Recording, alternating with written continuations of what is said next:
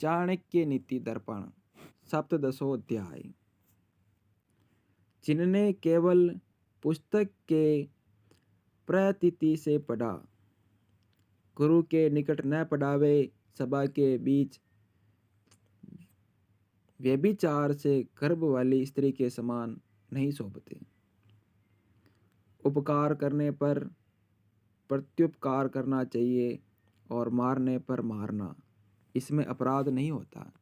इस कारण कि दुष्टता करने पर दुष्टता का आचरण करना उचित होता है। जो दूर हैं, जिसकी आराधना नहीं हो सकती, और जो दूर वर्तमान हैं, वे सब तप से सिद्ध हो सके हैं।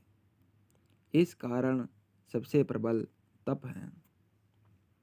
यदि लोभ है तो दूसरे दोष से क्या, यदि चुगली है तो और पाप से क्या, यदि सत्यता है तो तप से क्या, यदि मन स्वच्छ है तो तीर्थ से क्या, यदि सज्जनता है तो दूसरे गुणों से क्या, यदि महिमा है तो भूषण से क्या, यदि अच्छी विद्या है तो धन से क्या, और यदि अपयश है तो मृत्यु से क्या।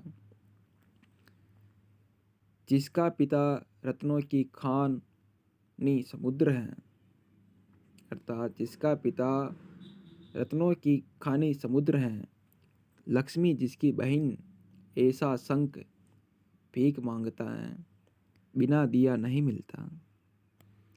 शक्तिहीन साधु होता है, निर्धन ब्रह्मचारी रोगग्रस्त देवता का भक्त होता है, और वृद्ध स्त्री प्रतिव्रता होती हैं।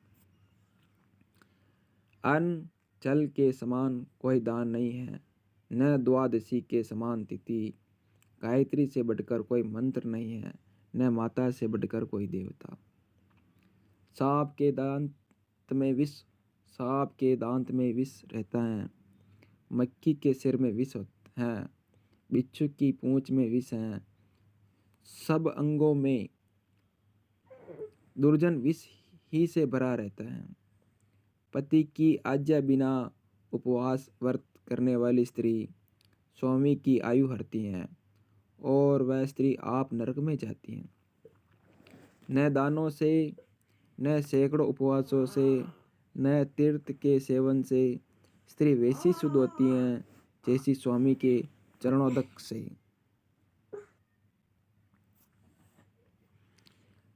पाँव धोने से जो जल शेष रह जाता है, पीने से जो बच जाता है, और संध्या करने पर जो अवशिष्ट जल है, वह कुत्ते के मूत्र के समान है।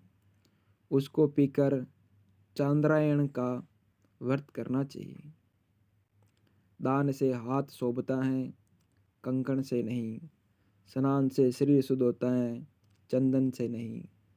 सम्मान से प्रीति होती है, भोजन से नहीं। ज्ञान से मुक्ति होती है, छापा तिलक आदि भूषण से नहीं। नाई के घर पर बाल बनाने वाला, पत्थर से लेकर चंदन लेपन करने वाला, अपने रूप को पानी में देखने वाला इंद्र भी हो तो उसकी लक्ष्मी को हर लेते हैं। कुंदरू शीघ्र ही बुद्धि हर लेता है, और वच चटपट बुद्धि देती हैं। स्त्री तुरंत ही शक्ति हर लेती हैं, दूध शीघ्र ही बल कर देता है। यदि कांता है, यदि लक्ष्मी वर्तमान है, यदि पुत्र सुशीलता गुण से युक्त है, और पुत्र की उत्पत्ति हुई हो, फिर देवलोक में इससे अधिक क्या है। जिन सज्जनों के हृदय में परोपकार जागता रहता है, उनकी विपत्ति नष्ट हो जाती है, और पद पद में संपत्ति होती है। भोजन, निद्रा, भय, मैथुन, ये मनुष्य और पशुओं के समान ही। मनुष्यों को केवल ज्ञान अधिक विशेष है, ज्ञान से रहित नर पशुओं के समान है। यदि मदांत गजराज ने मधु के अर्थी भौरों को मदांधता से कर्ण के तालों से दूर किया, तो यह उसी के दोनों कंडस्थल की शोभा की हानि हुई। पोरे फिर विकसित कमल वन में बसते हैं। तात्पर्य यह है कि यदि किसी निर्गुण मदांत राजा व धनी के निकट कोई गुणी जा पड़े, उस समय मदांतों को गुणी को आदर न करना मानो अपनी लक्ष्मी की शोभा की हानि करनी है। काल निरवधि है और पृथ्वी अनंत है। गुणी का आदर कहीं न कहीं किसी न किसी समय हो ही का। राजा, वेश्या, यम, अग्नि, चोर, बालक, याचक और आठवां ग्राम कंटक अर्थात ग्राम निवासियों को पीड़ा देकर अपना निर्वाह करने वाला, ये दूसरे के दुख को नहीं जानते। हे बाले, तू नीचे क्यों देखती हैं? पृथ्वी पर तेरा क्या गिर पड़ा? तब स्त्री ने कहा, अरे रे मूर्ख, नहीं जानता कि मेरा तरुणता रूप मोती चला गया। हे केतकी, यद्यपि तू सांपों का घर है, विफल है, तुझ में कांटे भी हैं, टेढ़ी हैं, कीचड़ में तेरी उत्पत्ति है और तू दुख से मिलती भी है, तथापि एक गंध के गुण से सब प्राणियों की बंधु हो रही है। निश्चय है कि एक भी गुण दोषों का नाश कर देता है। इति सप्तदशोऽध्याय। इति चाणक्य नीति दर्पण भाषा टीका समाप्त। श्री वेंकटेश्वर स्ट्रीम प्रेस मुंबई।